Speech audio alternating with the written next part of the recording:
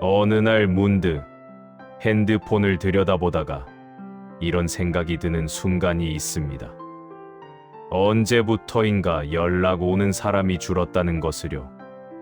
나이가 든다는 건 어쩌면 이렇게 조금씩 혼자가 되어가는 과정인지도 모릅니다. 함께 웃고 떠들던 동료들은 은퇴 후 각자의 삶으로 흩어졌고, 오랫동안 정기적으로 만나던 모임도 어느새 연락이 뜸해졌습니다. 자식들은 자식들대로 바쁘고, 친구들도 각자 몸이 불편해지거나 다른 사정이 생기면서 만남이 줄어듭니다.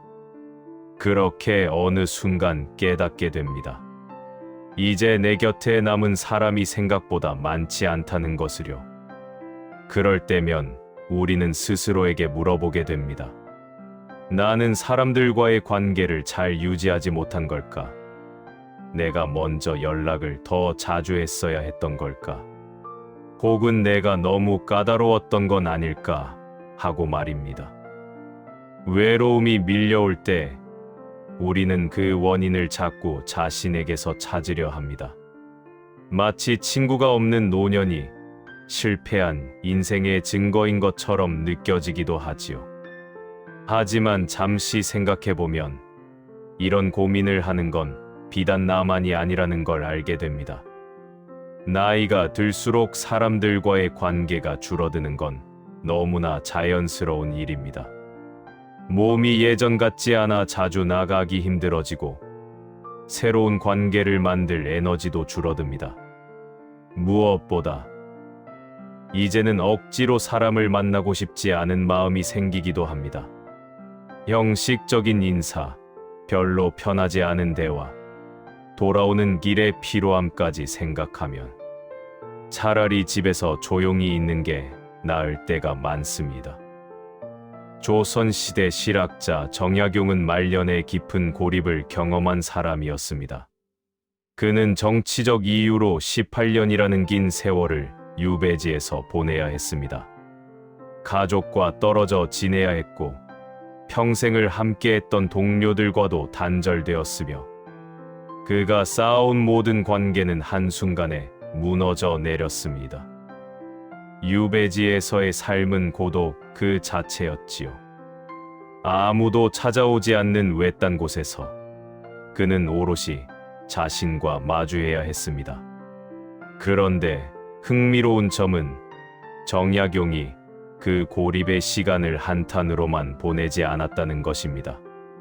오히려 그는 그 시간 동안 수많은 책을 쓰고 깊은 사색을 했으며 자신의 내면을 정돈하는 데 집중했습니다. 그는 사람들과의 관계가 끊어진 것을 불행으로만 여기지 않았습니다. 대신 그는 마음의 질서에 대해 깊이 생각했습니다. 사람이 많다고 해서 마음이 채워지는 것도 아니고, 혼자 있다고 해서 반드시 외로운 것도 아니라는 깨달음을 얻은 것이지요. 정약용은 관계를 통해 위안을 얻기보다는 스스로의 마음을 바로 세우는 것이 더 중요하다고 보았습니다. 그는 사람을 붙잡지 않았습니다. 떠나는 사람을 억지로 붙들지도 않았고, 새로운 사람을 애타게 찾지도 않았습니다. 그는 자신의 내면이 흔들리지 않는다면 사람의 많고 적음은 그다지 중요하지 않다고 생각했습니다. 많은 사람들과 어울리며 화려하게 사는 삶보다 혼자 있어도 무너지지 않는 삶이 진짜 힘 있는 삶이라고 여겼던 것입니다. 우리는 흔히 노년에 친구가 많아야 행복하다고 생각합니다.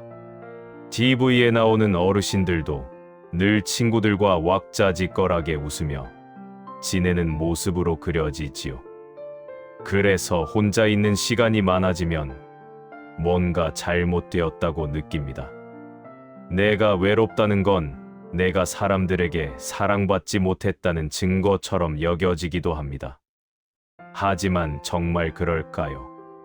친구가 없는 노년이 정말 불행한 노년일까요? 혹시 우리는 외로움과 고요함을 혼동하고 있는 건 아닐까요?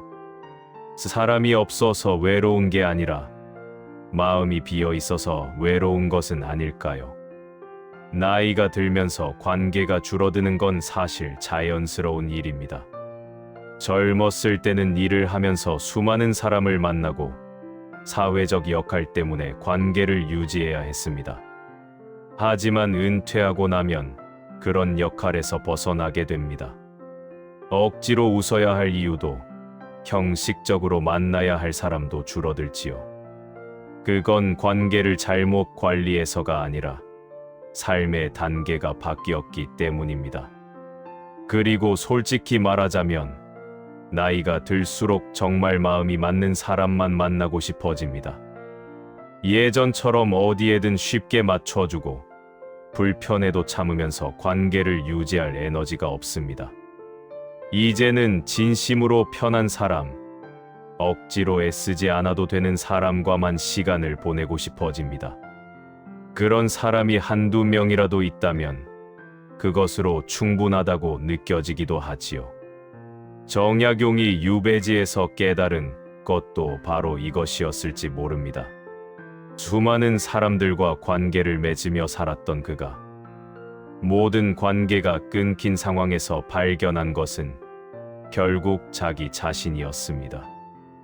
그는 사람들이 떠나간 자리에서 허전함을 느끼기보다는 비로소 자신의 마음을 들여다볼 수 있게 되었습니다.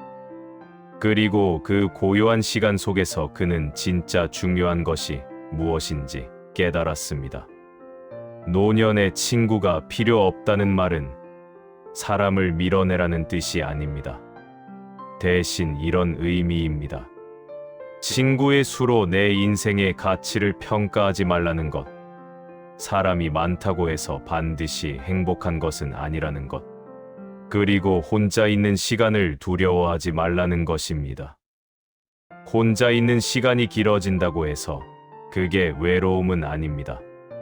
오히려 그 시간은 고요함일 수 있습니다. 아무 소리 없이 조용히 차 한 잔을 마시는 시간, 창밖을 내다보며 아무 생각 없이 앉아 있는 시간, 좋아하는 책을 천천히 읽는 시간. 그런 시간들은 외롭다기보다는 평화롭습니다. 누군가와 함께 있을 때는 느낄 수 없는 종류의 평온함이 있습니다. 정약용은 유배지에서 자신의 마음을 정돈하는 법을 배웠습니다. 사람이 와도 흔들리지 않고 사람이 떠나도 무너지지 않는 마음 말입니다. 그는 관계에 기대지 않고도 스스로 설 수 있는 힘을 길렀습니다. 그래서 그는 고립된 상황에서도 무너지지 않았고 오히려 더 깊은 사색을 할 수 있었습니다. 우리도 마찬가지입니다. 나이가 들어 사람들과의 만남이 줄어들었다고 해서 그게 실패한 삶은 아닙니다. 오히려 이제는 자신과 진정으로 마주할 수 있는 시간을 얻은 것일 수 있습니다. 평생을 남들의 시선을 의식하며 사회적 역할을 수행하며 관계를 유지하느라 바쁘게 살아왔습니다. 이제는 그런 것들에서 벗어나 오롯이 나 자신으로 존재할 수 있는 시간이 온 것입니다. 혼자 있는 시간을 받아들이는 건 쉬운 일이 아닙니다.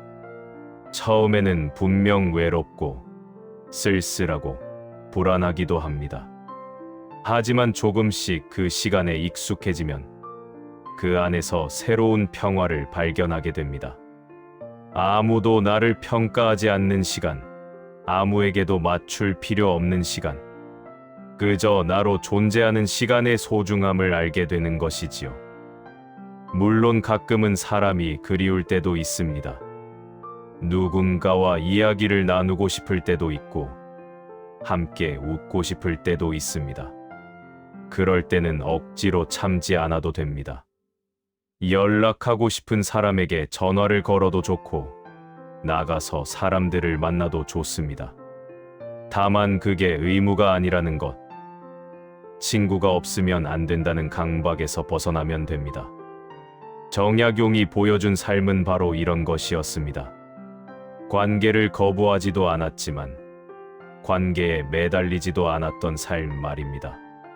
사람과의 만남을 소중히 여기되 그것이 없어도 흔들리지 않는 중심을 가진 삶이었습니다. 그는 혼자 있을 때도 충만했고 사람과 함께할 때도 편안했습니다. 왜냐하면 그의 행복이 다른 사람에게 달려 있지 않았기 때문입니다. 노년에 정말 필요한 것은 친구의 수가 아닙니다. 진짜 필요한 건 마음의 안정입니다. 혼자 있어도 괜찮다는 확신, 내 존재가 누군가와 함께 있을 때만 가치 있는 게 아니라는 믿음, 그리고 지금 이 순간 나로 존재하는 것만으로도 충분하다는 평화로움입니다.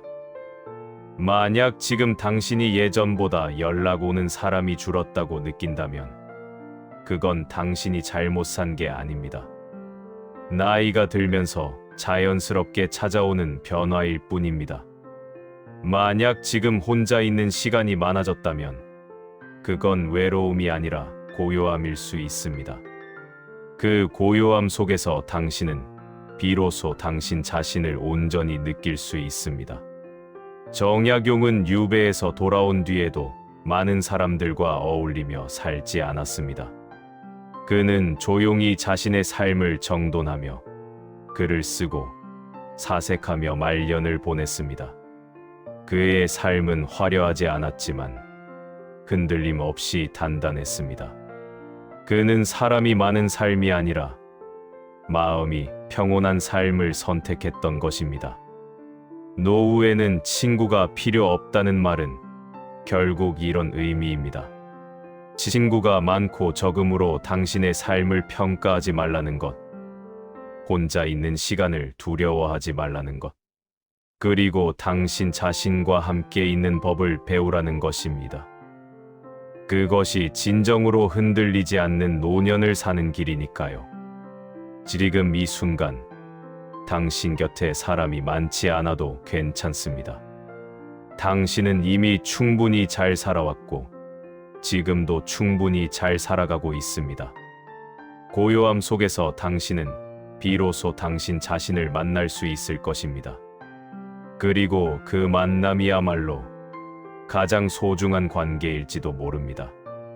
이 글이 도움이 되셨다면 구독과 좋아요 부탁드립니다.